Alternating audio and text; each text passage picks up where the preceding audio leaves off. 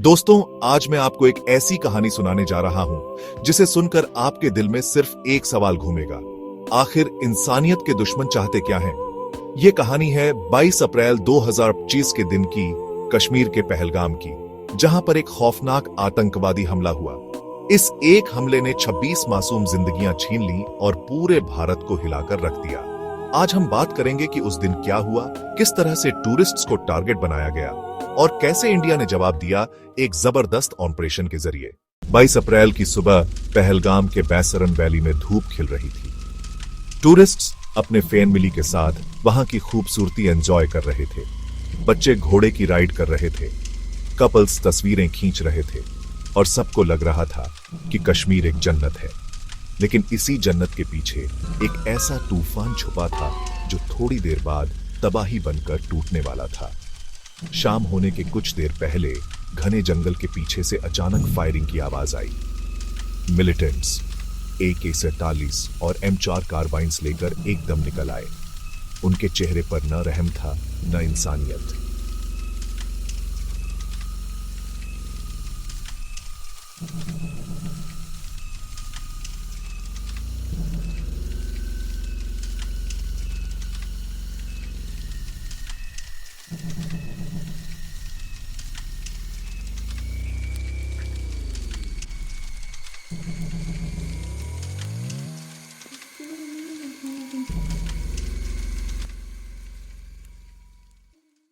सब लोग घबराकर भागने लगे।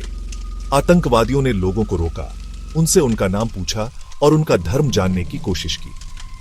जो हिंदू टूरिस्ट्स थे उन्हें सीधा गोली मार दी गई। बहुत से लोगों से कहा गया कि कलीमा पढ़ो, और जो नहीं पढ़ पाए उन्हें भी छोड़ा नहीं गया।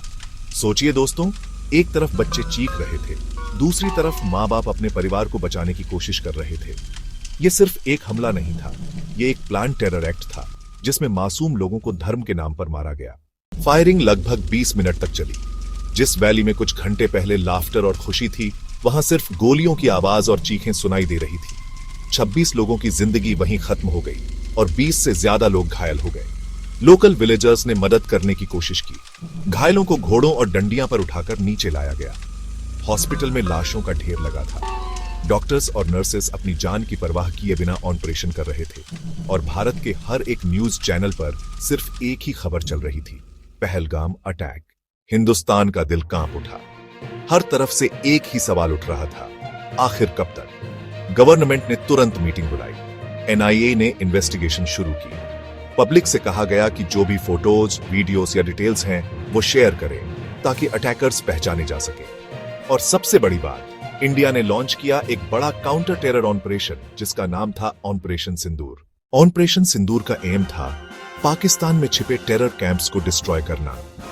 एयर स्ट्राइक्स और ग्राउंड ऑपरेशंस के जरिए उन जगह को निशाना बनाया गया जहां से ये मिलिटेंट्स तैयार किए जा रहे थे। ये मैसेज था, भारत अपने लोगों के खून का जवाब देगा और किसी भी टेररिस्ट को छोड़ेगा नहीं। इस ऑपरेशन ने दुनिया को दिखा दिया कि इंडिया सिर्फ टॉलरेट नहीं करेगा बल्कि एक्शन लेगा।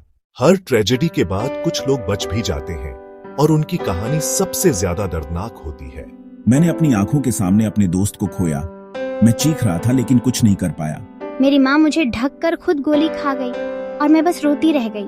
सोचिए दोस्तों, ये वो जख्म है जो कभी भरते नहीं। गोली से लगी चोट शायद भर जाए, लेकिन दिल पर लगे निशान हमेशा रहते हैं। ये कहानी सुनकर एक बात समझ आती है, आतंकवाद सिर्फ जान नहीं लेता, वो इंसानियत को तोड़कर छोड़ देता है। जैसे ही न्यूज चली, सोशल मीडिया पर लोगों ने गुस्सा जाहिर किया। ट्विटर पर पहलगाम अटैक ट्रेंड करने लगा।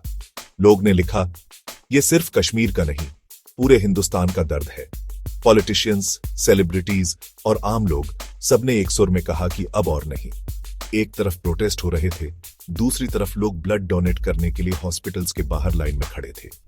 यही है हिंदुस्तान की असली ताकत, एकता। इन्वेस्टिगेशन में पता चला कि यह अटैक एक पाकिस्तान बेस्ड टेरर ग्रुप ने प्लान किया था, जिसने 26 की 11 और पुलवामा जैसे अटैक्स की तरह ही इनोसेंट लोगों को टारगेट बनाया। फोन कॉल्स और इंटरसेप्ट्स में क्लियर सबूत मिले कि ट्रेनिंग अक्रॉस बॉर्डर हुई थी। इंडिया ने यूनाइटेड नेशंस तक ये सबूत दिखाया और कहा, अब दुनिया को मिलकर टेररिज्म खत्म करना होगा। लेकिन एक बात याद रखिए दोस्तों, टेररिस्ट का कोई धर्म नहीं होता, वो सिर्फ खून और नफरत फैलाता है। ऑपरेशन सिंदूर के कुछ हफ्तों के अंदर ही आर्मी ने एक के बाद एक बड़े एनकाउंटर्स किए। कई बड़े कमांडर्स गिरे, कई हाइडआउट्स डिस्ट्रॉय किए गए और सबसे बड़ी बात, लोकल्स ने भी आर्मी के साथ सपोर्ट दिखाया। गांव के लोग खुद आर्मी को इन्फॉर्म कर रहे थे कि कहां मिलिटेंट्स छुपे हुए हैं, यानी जो पहले डर कर चुप रहते थे अब वो खुद टेररिज्म के खिलाफ खड़े हो गए। ये बदलाव था पहलगाम अटैक का असली जवाब। दोस्तों, ये कहानी सुन के एक सवाल उठता है, आखिर हम क्या सीख सकते हैं? सबसे पहले हमें एकता में रहना होगा, चाहे हिंदू, मुस्लिम, सिख या क्रिश्चियन हो। जब टेररिस्ट आता है तो वो सबको बराबर मार देता है, इसलिए हमें भी बराबर मिलकर उसका सामना करना होगा। दूसरी बात, हमें अपने सोल्जर्स का सम्मान करना होगा।